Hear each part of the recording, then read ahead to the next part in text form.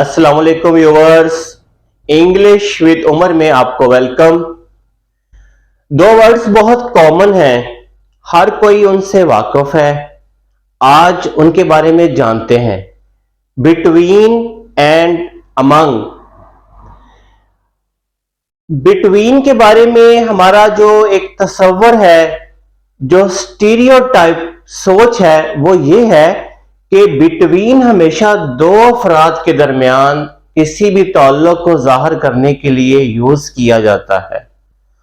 तो आज देखते हैं कि क्या वाकई बिटवीन को दो अफराद के दरमियान किसी भी रिलेशन को जाहिर करने के लिए ही यूज किया जाता है, या दो से ज्यादा के दरमियान भी यूज हो सकता है, या क्या कंडीशन होती है। तो चलें देखते हैं use of between. Viewers, between का इस्तेमाल हम दो अफराद के दरमियान करते हैं किसी भी ताल्लुक को जाहिर करने के लिए।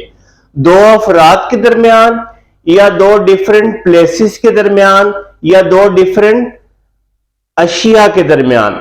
लेकिन यहां पे जो खास बात आपके जानने वाली है वो ये है कि ये दोनों अफराद, ये दोनों प्लेसेस डिस्टिंक्ट होती हैं, मुख्तलिफ होती हैं, सेम नहीं होती। वहां पे हम बिटवीन यूज करते हैं। अब इसकी मैं आपको एक एग्जांपल देता हूं। There is 44 kilometre distance between these two cities. ये दो जो शहर हैं, इनके दरमियान 44 किलोमीटर का फासला है। बिल्कुल क्लियर हो गया कि एक शहर वहां पे है, एक वहां पे है। इन दोनों सिटीज के दरमियान 44 किलोमीटर का फासला है। यहां पे हम बिटवीन का वर्ड यूज करेंगे। अब जैसे मैं कहता हूं, listen, this news is very confidential, but remember this is between me and you. ये बात, ये खबर बहुत खुफिया है, लेकिन ये मेरे और तुम्हारे दरमियान है। मैं और तुम, हम दोनों मुख्तलिफ हैं, हम एक नहीं हैं, ग्रुप नहीं हैं हम। तो बिटवीन दो अफराद या दो अशिया या दो जगह के दरमियान यूज होगा और ये मुख्तलिफ होंगी। अब एक क्वेश्चन आता है कि जब दो से ज्यादा की बात होती है तो वहां पे बिटवीन यूज नहीं होता, वहां पे अमंग यूज होता है क्या? नहीं, ऐसा नहीं है।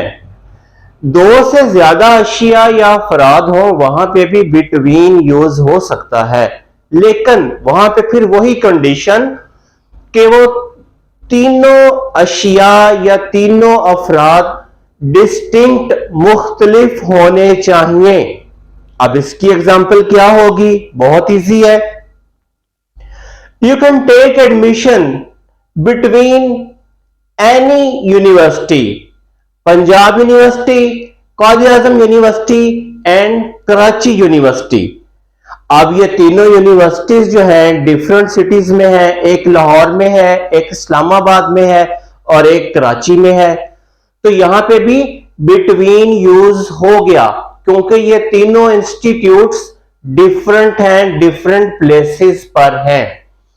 तो व्यूअर्स, ये बिटवीन का यूज आपको बता दिया बहुत आसान वर्ड्स में, और इसमें कोई प्रोफेशनल टर्म्स या कोई ऐसी बात यूज नहीं हुई कि इसको समझना मुश्किल हो। अब चलते हैं अमंग पे। अमंग कहां यूज होता है? एक आम सोच है कि अमंग वहां यूज होता है जहां दो से ज्यादा लोग हों। बिल्कुल ऐसा ही कहा जाता है, लेकिन अमंग का इस्तेमाल कहां पे होगा? मुख्तलिफ अफराद का ग्रुप या मुख्तलिफ अशिया का ग्रुप, लेकिन वो एक दूसरे से मुख्तलिफ नहीं है, लेकिन वो एक दूसरे से मुख्तलिफ नहीं है, ग्रुप की शक्ल में है, सेम है। उनके दरमियान रिलेशन को जाहिर करने के लिए हम अमंग यूज करेंगे।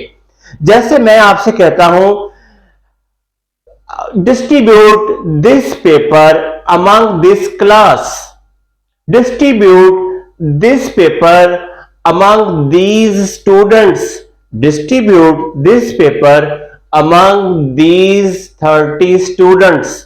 ये पेपर को इस क्लास में तकसीम कर दें। भाई वो एक क्लास है, एक क्लास है, वो कोई भी हो सकती है, वो बीएस की क्लास हो सकती है, वो एमएस की क्लास हो सकती है, एक ग्रुप है और वो पेपर भी सेम है। मैंने कहा उनमें डिस्ट्रीब्यूट कर दो। इसी तरह मैंने कहा कि इस पेपर को इन स्टूडेंट्स में डिस्ट्रीब्यूट कर दो। ये स्टूडेंट्स एक ही पेपर है और एक ही ग्रुप है और एक ही क्लास है, तो मैंने अमंग कहां यूज किया, जहां पे मुख्तलिफ अफराद हों और वो एक ही ग्रुप की शक्ल में हो, वो मुख्तलिफ ना हो। जैसे मैं कहता हूं there are lot of things which are getting worried among my organisation staff. मेरी जो ऑर्गेनाइजेशन है, उसका जो स्टाफ है, उसमें बहुत सी ऐसी चीजें हैं जो परेशानी का बायस बन रही हैं। अब मैंने स्टाफ का वर्ड यूज किया है। स्टाफ एक ग्रुप है, 30 लोग होंगे या 40 लोग होंगे, तो वहां पे अमंग हम यूज करेंगे। तो व्यूवर्स, बहुत आसान हो गया ये जानना कि बिटवीन और अमंग में क्या फर्क है। बहुत इजी फर्क है। पहले वाले में, बिटवीन वाले में जो दो अफराद हैं या तीन अफराद हैं, वो एक दूसरे से इंटायरली मुख्तलिफ है, और दूसरे वाला जो है अमंग, उसमें दो से ज्यादा अफराद है लेकिन वो ग्रुप की शक्ल में है।